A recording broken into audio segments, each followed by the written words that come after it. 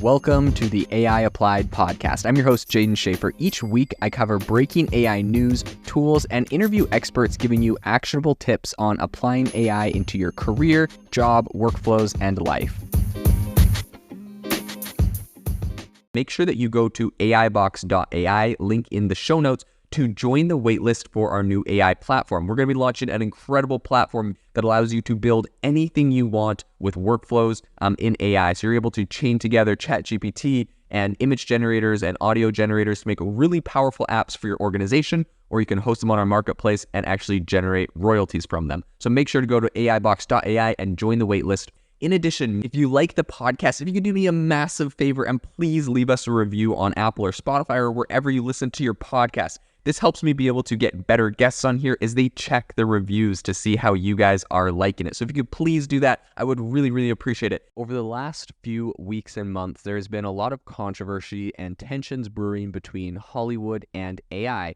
And just recently, Netflix stepped up a notch and kind of got themselves tangled up in this. So today on the podcast, we're going to be diving into what happened and why Netflix put themselves into the crosshairs here. So let's dive into it. What Netflix has done that has gotten them so much flack is that a recent AI product manager position with a pay ceiling of $900,000 was recently found on their website. And this ignited a firestorm of controversy for Netflix. So critics argue that it exposes a huge divide between the tech company's massive paychecks and also the comparatively small earnings of actors and writers.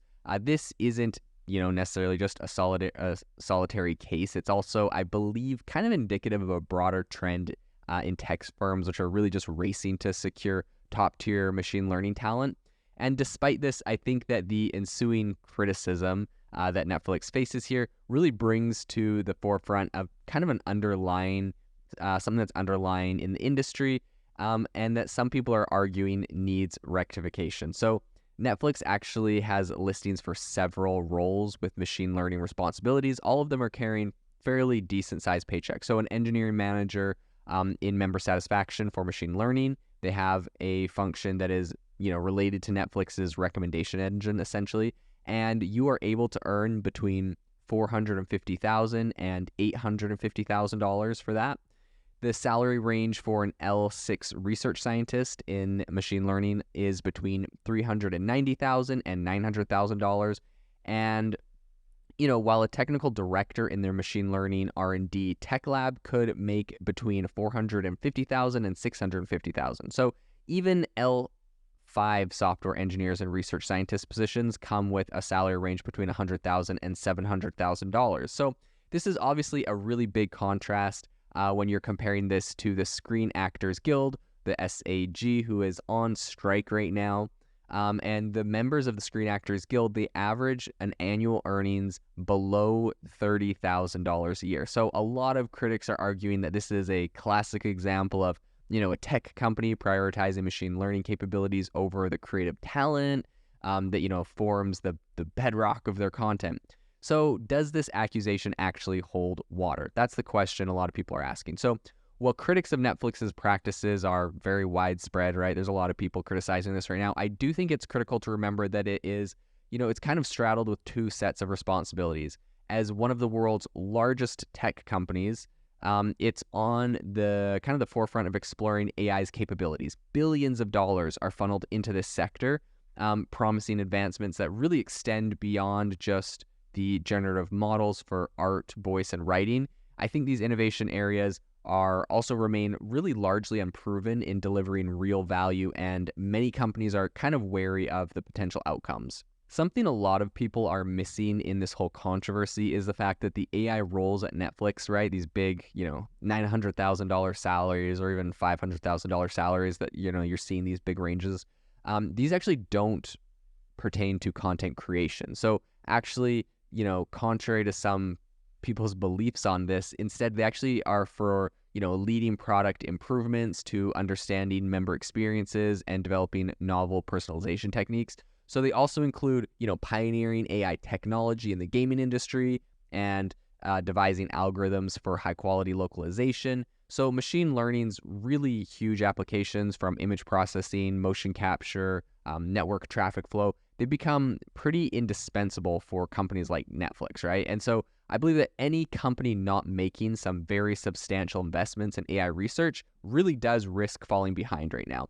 And I think, especially in a time when this sector is just absolutely on fire, it's so hot. This is what Netflix has to pay, because right now they're competing heavily with OpenAI, and, they just raised $10 billion. And even, Google and Microsoft and Amazon and Apple, all of these massive companies are investing super heavily into this field.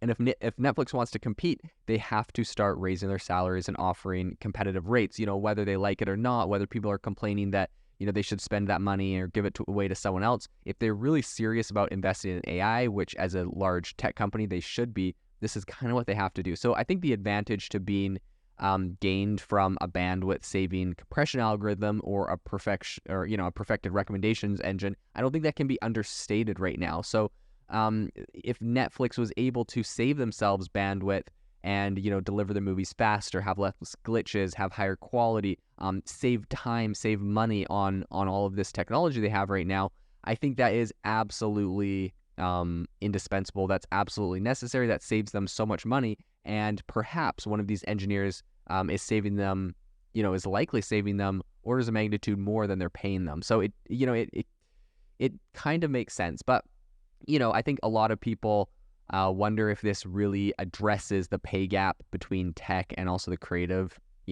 side of the industry. I think it's true that Netflix, like any tech giant, is, always trying to stay competitive. I think you have to.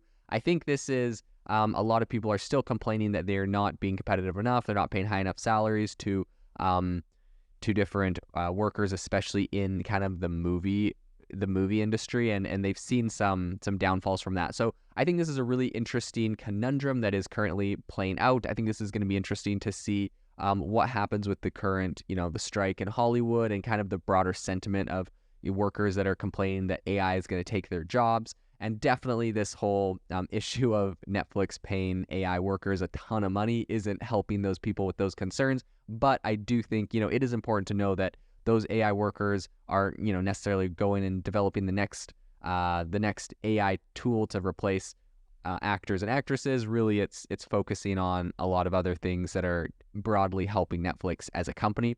So in any case, I understand where some of the complaints are coming from, but it's going to be interesting to follow this story and see how Netflix continues to adapt and see how the industry continues to adapt to AI overall. If you are looking for an innovative and creative community of people using ChatGPT, you need to join our ChatGPT creators community. I'll drop a link in the description to this podcast. We'd love to see you there, where we share tips and tricks of what is working in ChatGPT. It's a lot easier than a podcast, as you can see screenshots, you can share and comment on things that are currently working. So if this sounds interesting to you, check out the link in the comment. We'd love to have you in the community.